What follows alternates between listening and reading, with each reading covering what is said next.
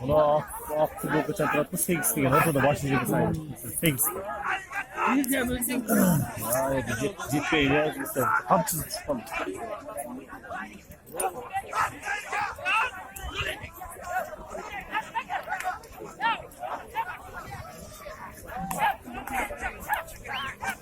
Atık içine atık elden.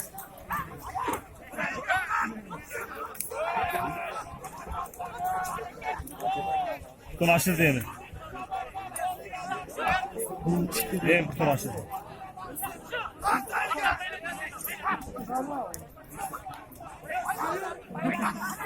Atka taneye atka.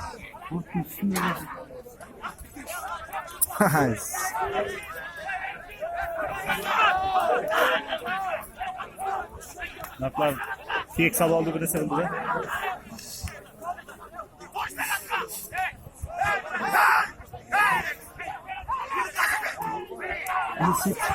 TX ne var? Yora parmağı olduğunda böyle bir hızlı gidiyor. Diğer maçta.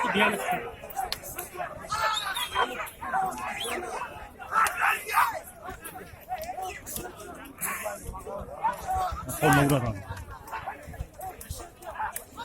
Koluna uğrat onu. Hangisini? Sağ olun.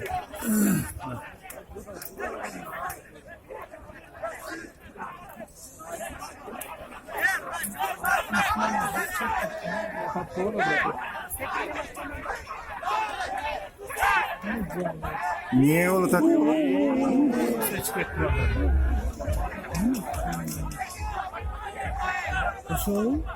Az daha çak.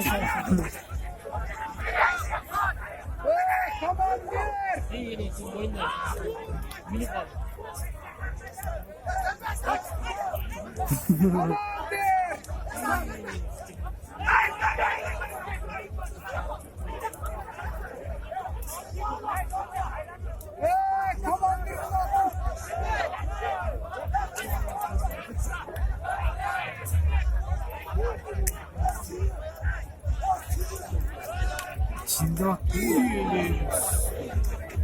Şimdi. Derkini. Minik oldu öyle mi? Kuturup yattı.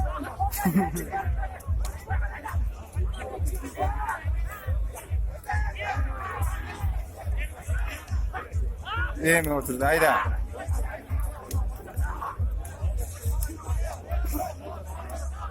Tekin sallayacak. Tekin çekmeyecek. Bir maçta.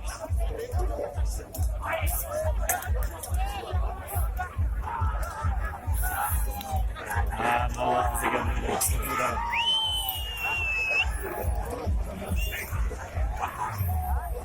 Güzel. Ay. Ay. Anasını. Burası halkı değil dedi.